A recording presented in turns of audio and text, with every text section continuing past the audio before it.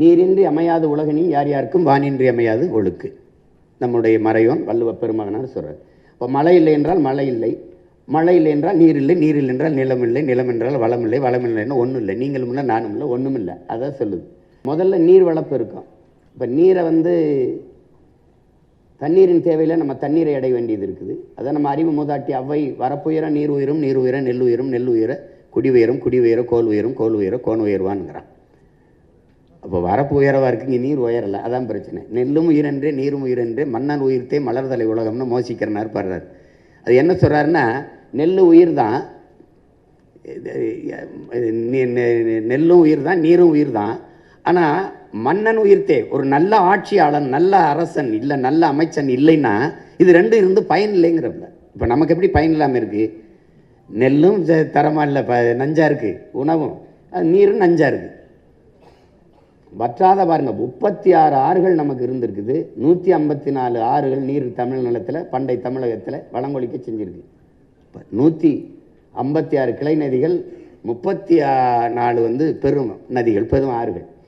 நம்ம பாட்டை என்ன பாடுறோம்? காவிரி தென்பண்ணை பாலாறு தமிழ் கண்டதொரு வையை பொருணை நிதி என மேவிய பல ஆறு கூட திருமேனி செழித்த தமிழ்நாடுங்கிறான். இருக்குது, ஆனால் ஆறு தான் இல்லை, நீர் தான் இல்லைன்னா. வைகையும் இல்லை, காவிரியும் இல்லை, பாலாறும் இல்லை, பொருணை அதான் அந்த தாமிரபரணியை தான் பொருணைங்கிறார். வடகிழக்கு பருவமழை, தென்மேற்கு பருவமழை, இப்படி பல பருவமழைகள் நமக்கு அமுதமாக இந்த பூமியில் பொழிந்து செழிக்க வச்சிச்சு. இன்றைக்கி பருவமழைங்கிறதே ஒன்று கிடையாது, உங்களுக்கு தெரியும்.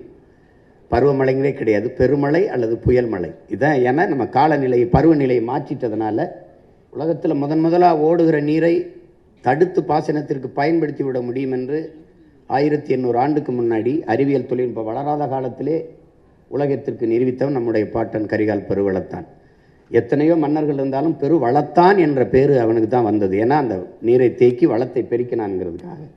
அப்போ நம்ம 150 லட்சம் குறுக்கம் ஏக்கருங்க குறுக்கம் விவசாயம் பண்ணோம், வேளாண்மை. இன்றைக்கி 120 ஆயிடுச்சு. இப்போ தமிழ்நாட்டுக்கு நமக்கு 980 மில்லிமீட்டர் மழை பெய்யுது ஒரு ஆண்டுக்கு.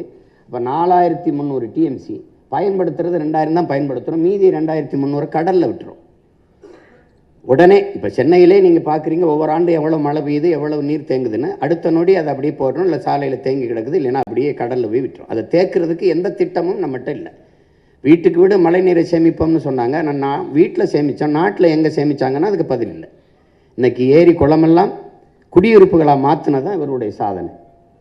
அப்போ தென் மாநிலங்களில் அதிக மழைப்பொழிவு பெறுகிற மாநிலத்தில் ஒன்று தமிழ்நாடு. நமக்கு போதுமான அளவுக்கு நீர் இருக்குது. இப்போ 2300 டிஎம்சியில் 150 டிஎம்சிக்கு கர்நாடகாவில் கையேந்திரம். ஒரு 500 டிஎம்சியை நம்ம சேமிச்சிட்டாலே நம்ம பிற மாநிலத்தை சார்ந்து நீர் தேவைக்கு நிற்க வேண்டிய அவசியம் இல்லை. அப்போ அதுக்கு இது நொய்யலாறு. இப்போ காவிரியிலே தண்ணி திறந்து விடும்போது நீங்கள் பார்த்தீங்கன்னா அதை நான் இன்னும் விழிவாக காட்டும்போது தெளிவாக விளக்கி பேசுவேன், பெருசாக காட்டுவேன். அதை இது நீர் தான், அது நுரை. அமைச்சர்கிட்ட கேட்டால் மக்கள் போட்டு குளித்த சோப்பு அப்படின்றாரு. இதை சாயக்கழிவு, ஆலை கழிவுகள் அப்படி விடுறதுனால இந்த நீர் இதில் கலக்குது. இந்த நீர் நஞ்சு. இது நிலத்தில் படியும்போது நிலத்தடி நீரும் நஞ்சாகுது. இதை ஆடு மாடுகள் மற்ற உயிரினங்கள் குடிக்கணும், அது விஷத்தை குடிக்குது. இதை பாய்ச்சி விளைய வைக்கிற பொருள், விளைபொருளோ எல்லாம் கத்தரிக்காயோ நெல்லோ அரிசியோ பருப்போ நஞ்சாதான் விளையும். அது தனியாக பேசணும். பிறக்கிற குழந்தை ஏன் புற்றுநோயோட பிறக்குதுங்கிறது அது தனியாக பேசணும். எப்படி இது கூவம் ஆறு, இப்படி இருந்த ஆறு எப்படி ஆக்கி வச்சுருக்காங்கன்னு பாருங்கள். இப்போ நாம் அந்த தண்ணியை கலக்க விடலை, கூவத்துக்குள்ளே கலக்க விடலை. வெளியில் இங்கேருந்து கழிவு நீர்லாம் எடுத்து குழாய் மூலமாக நான் வெளியில் எடுத்துகிட்டு போயிடுறோம்.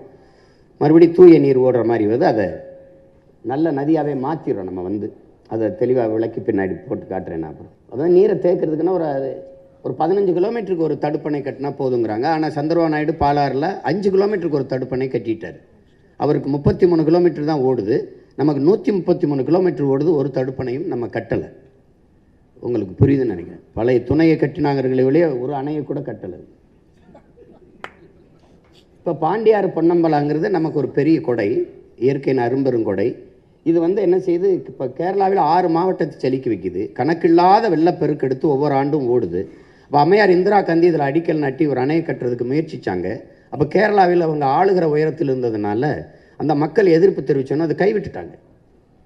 அப்போ நாம் எவரை எதிர்ப்பு தெரிவித்தாலும் கவலைப்படல, அங்கே அணையை கட்டி திருப்புறோம். இங்கே போதுமான அளவுக்கு தண்ணி இருக்குது. பெரும் குழாய்கள் மூலமாக எடுத்துக்கொண்டு போய் மேட்டூரில் நம்ம காவிரி படுகையில் எங்கெங்கே தண்ணி தேவைப்படுதோ அங்கே போய் நான் எடுத்துகிட்டு போயிடுவேன். இப்போ உங்களுக்கு காட்சியாக காட்டுறேன். நான் இது உண்மையிலே பாண்டியாரில் ஓடுறது தான் நம்ம காட்டுறது, கற்பனை ஒன்றும் இல்லை. நீங்கள் ஏஐ நினச்சிட போகிறீங்க. உண்மையிலே பாண்டியார் பொன்னம்பலம்.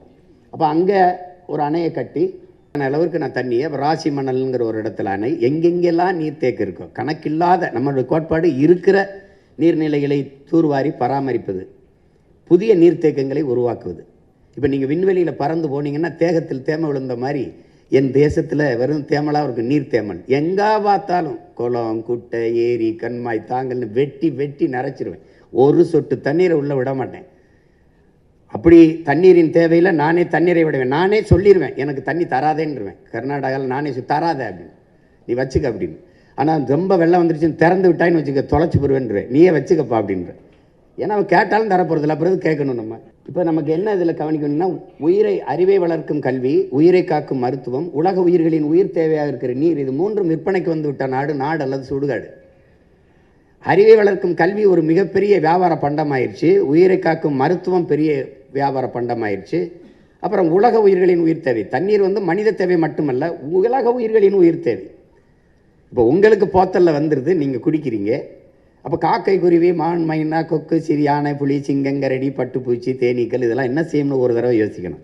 இது மாதிரி ஒரு மனித பதர்கள் கொண்ட சமூகம், அதெல்லாம் செத்தா எனக்கு என்னென்னா, அதெல்லாம் நீங்கள் இல்லாமல் அது வாழும், அதெல்லாம் இல்லாமல் நம்ம வாழ முடியாதுங்கிற அடிப்படையை, அந்த அறிவியல் உயிரியல் உண்மையை என் அன்பு சொந்தங்கள் புரிஞ்சுக்கணும்.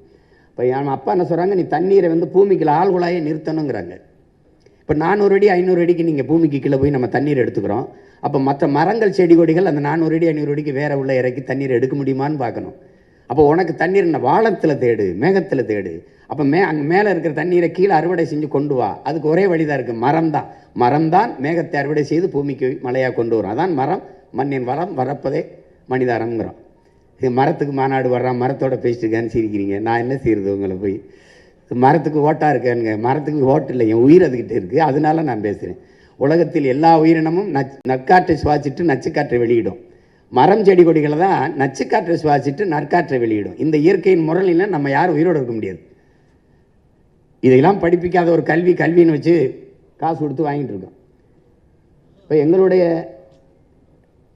அதை தான் சொல்கிறார் நம்ம அப்பா, நம்மால் வரவங்க சொல்கிறாங்க. இங்கே என்ன பார்த்தீங்கன்னா, இந்த குடிநீரை பாருங்கள், அரசு வந்து இது கொடுக்குது, மடிக்கணினி கொடுக்குது, மிதிவண்டி கொடுக்குது, மாவு அரைக்கிற எந்திரம் கொடுக்குது, மசாலா அரைக்கிறது கொடுக்குது, எல்லாம் கொடுக்குது. இதெல்லாம் இலவசம். நான் ரொம்ப நாளை விமர்சிச்சுட்டு இலவசங்கிற சொல்ல எடுத்துட்டாங்க. விலையில்லா. எனக்கு திருட்டுன்னு சொல்லிட்டுனா அப்படி சொல்லக்கூடாது, முறைகேடு அப்படி சொல்கிறோம்ல, அது மாற்று பேர் இல்லை தமிழில். அதனால் அது விலையில்லா மடிக்கணினி. நான் கேட்டேன், இப்போ விலை இல்லாமல் எங்களுக்கு கொடுக்குறீங்க, நீங்கள் வாங்கின இடத்துல விலை இல்லையான்னு கேட்டேன். இது ஒரு திட்டம் பாருங்கள். அரசு காசில் தன் கட்சிக்கு தன்னுடைய முத்திரை, தன்னுடைய சின்னத்தை போட்டு 5000 கொடுக்குறேன், 2000 கொடுக்குறேன், அரிசி கொடுக்குறேன், வேட்டி செலவு கொடுக்குறேன்னு அதில் அரசு காசில் தன் கட்சிக்கு வாக்கு சேகரித்துக்கிறது மாதிரி ஒரு நிர்வாக சீர்கேடு, ஒரு கொடுமை எங்கேயாவது இருக்கா பாரு. ஏன் உங்கள்கிட்ட சொல்கிறேன், நீங்கள் தான் கேட்க வேண்டிய ஆளுங்க, நீங்கள் தான் கேட்கணும். பாருங்கள், தண்ணீர் மிக உயர்ந்த சந்தை பொருளாக மாற்றிடுச்சு. இதில் என்னென்னா, நம்ம ஐயா அப்துல் கலாம் அவர் சொல்கிறாங்க, 800 கோடி மக்கள் உலகில் 100 கோடி மக்களுக்கு தான் குடிநீர் இருக்குங்கிறாங்க. 2 விழுக்காடு தான் இருக்குது. இப்போ 2 விழுக்காடு இருக்குன்னு தெரிஞ்ச பிறகு இதை 20 விழுக்காடாக உயர்த்துறது எப்படின்னு சிந்திக்காம 2 விழுக்காடு தான் இருக்கா, அப்போ விற்றா நல்லா சம்பாதிக்கலாம்னு நினச்சான் பாருங்க. அவன் தான் உலகத்தில் கொடுமை, ஹிட்லரை விட கொடியவன் அவன் தான். இந்த மூளை தான் ஆபத்தான மூளை பாருங்கள். எல்லாம் விற்றுட்டு இப்போ சொல்கிறான், நீ வந்து இந்த பூமி நீரற்ற நிலமாக மாறிடுச்சுன்னு அறிக்கை விடுறான். அவ்வளோதான் அவனுடைய பொறுப்பு, அவ்வளோதான் பொறுப்பு. இப்போ தமிழ்நாடு அறிவிக்கிறதுல 10 மாவட்டத்தில் நிலத்துக்கு கீழே நீர் இல்லைன்ட்டு, அவ்வளோதான் அரசினுடைய பொறுப்பு முடிஞ்சிருச்சு. தென்னாப்பிரிக்காவில் கேப்டன் நகரில் ஒரு சொட்டு தண்ணி இல்லை. அது தென்னாப்பிரிக்காவில் கேப்டன் நகருக்கு வந்தது நமக்கு வராதுன்னு நம்ம சொல்ல முடியாது. இப்போ பாருங்கள், மனிதர்கள் நம்ம போத்தலில் குடிக்கிறோம், இந்த மற்ற உயிரினங்கள் படுகிற பாருங்கள், அந்த பாவம் நம்மளை சும்மா விடுமான்னு பாருங்க. இங்கே பாருங்கள், இந்த அணிலாம் கையெடுத்து கும்பிட்டு தண்ணி கேட்குது பாருங்க, என்ன கொடுமை பாரு. அணிலுக்கும் தண்ணிக்கு நான் தான் போராட வேண்டியது. இது ஒரு சும்மா ஒரு மாதிரி காட்டியிருக்கேன். இது நீண்ட நேரம் ஓடும். நான் அங்கே திரையிட்டு காட்டும்போது வாக்கு சேரிக்கிற இடத்துல நீண்ட நேரம் ஓடும். ஒவ்வொன்றையும் நான் காட்டுவேன், எப்படியெல்லாம் இந்த இது பண்ணுறது, இது எப்படி ஏற்புடையதான்னு கேட்பேன். இது